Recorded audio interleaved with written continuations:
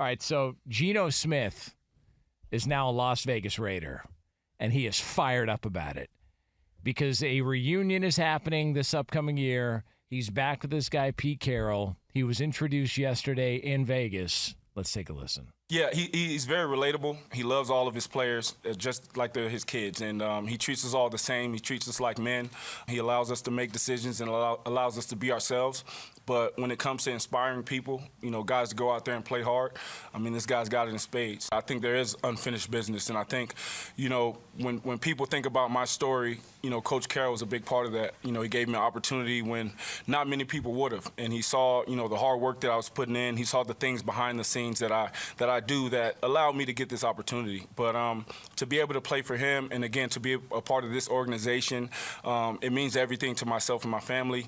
I was just telling him, man, I'll run through a wall for him, and he knows that. And I'll do the same for my teammates and for this organization. And so I just want that to be, kind of who I am, and I want that to be the statement of who I am as the quarterback of this team.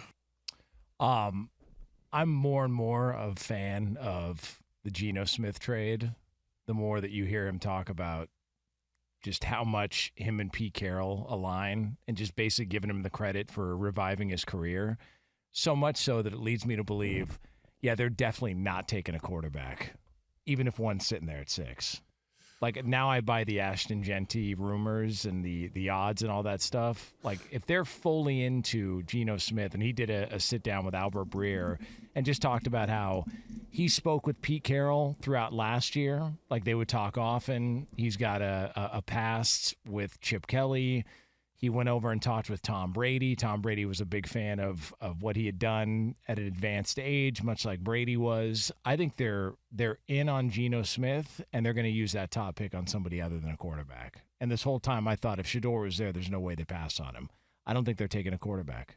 They're going Ashton Genty. Book it. I think it depends on who's available at that point.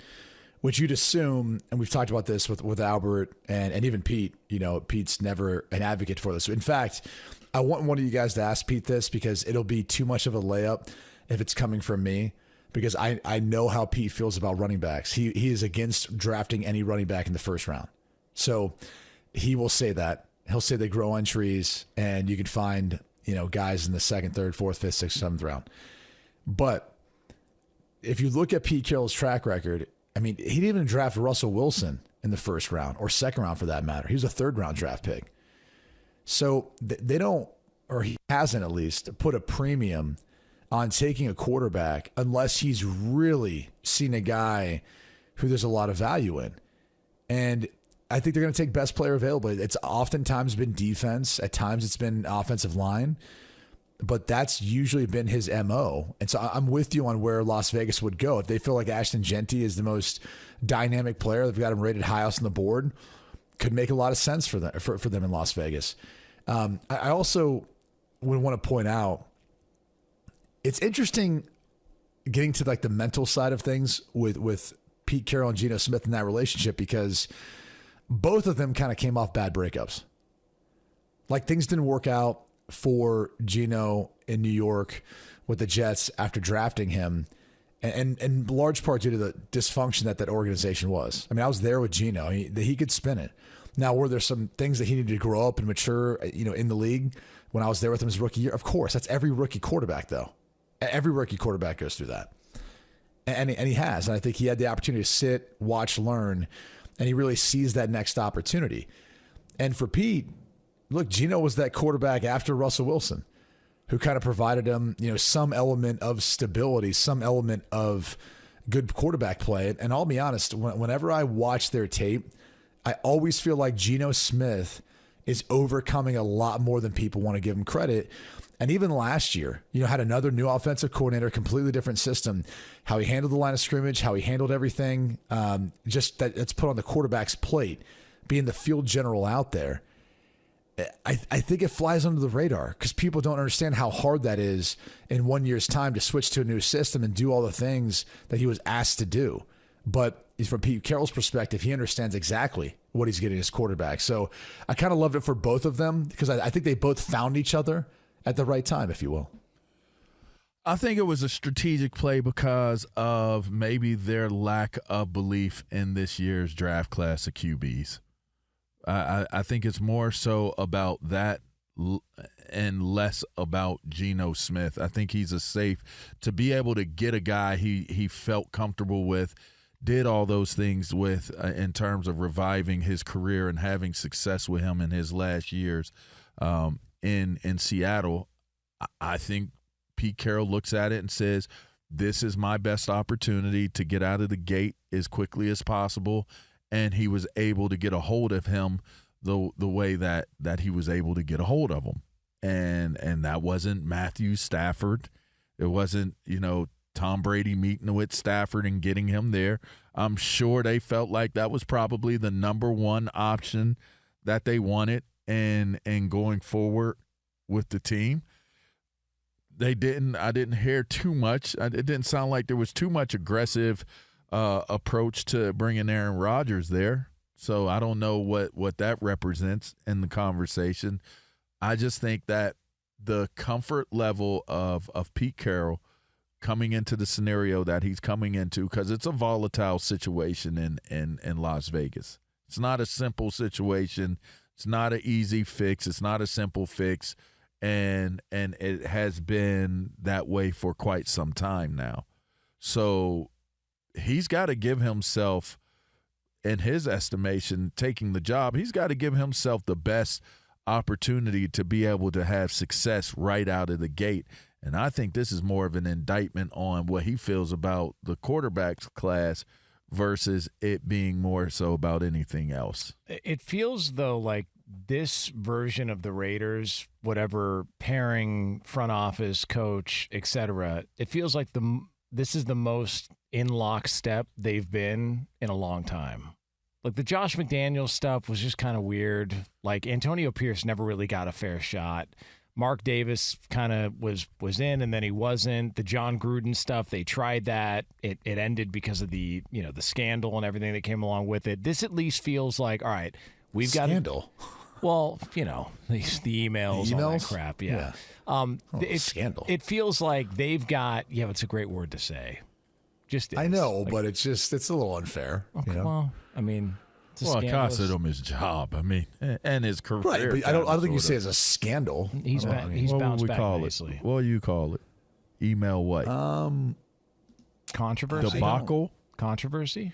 I mean, he lost his job over it, and it was connected to kind of in a lot of ways scandal with Dan Snyder, but you were exposing one scandal. And it led to an exposure of maybe bad conduct. Maybe it was like more of an exposing of poor judgment on communication. I love a good scandal.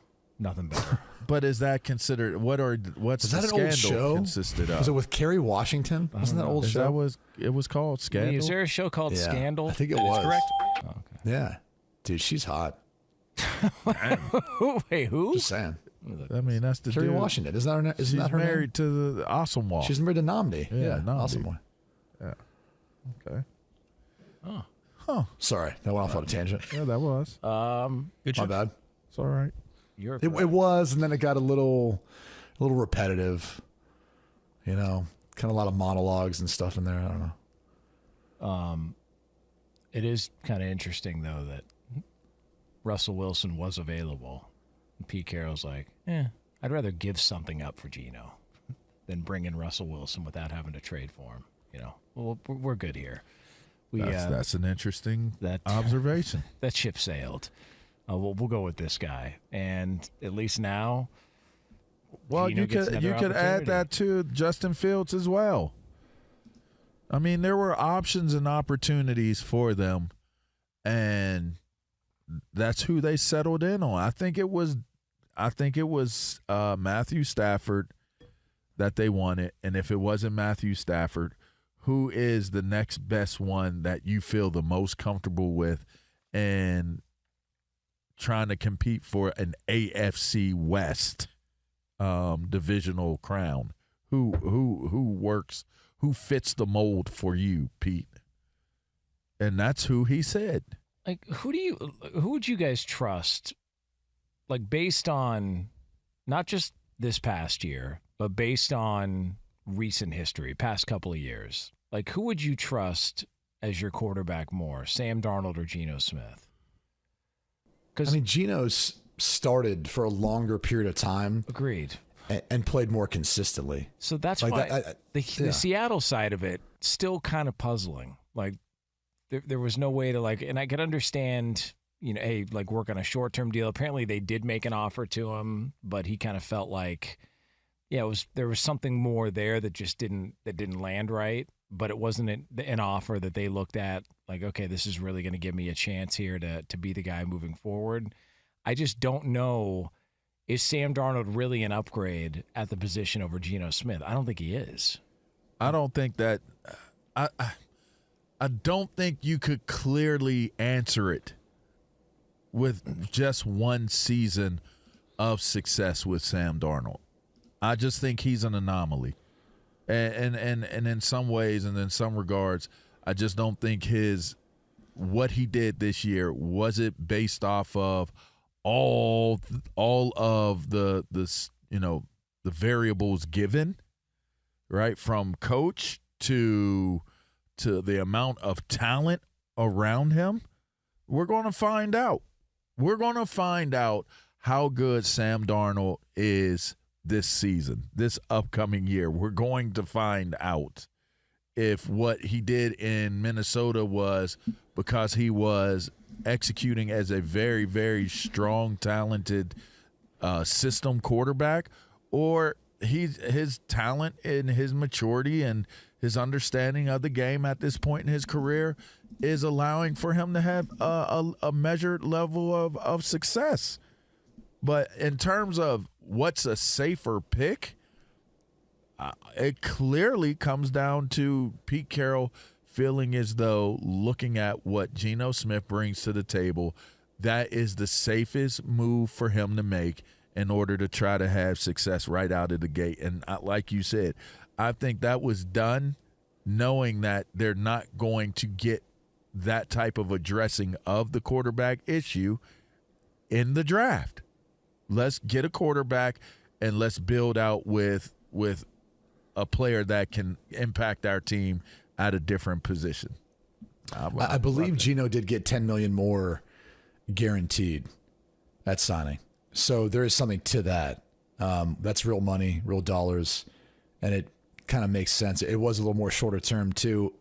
Potentially, though, from his side, a lot of people think like you want a short-term deal as a quarterback, or the team wants the short-term deal as a quarterback, but really from the player side, you want it because you can re-up on a much bigger long-term if you prove you can be the guy there.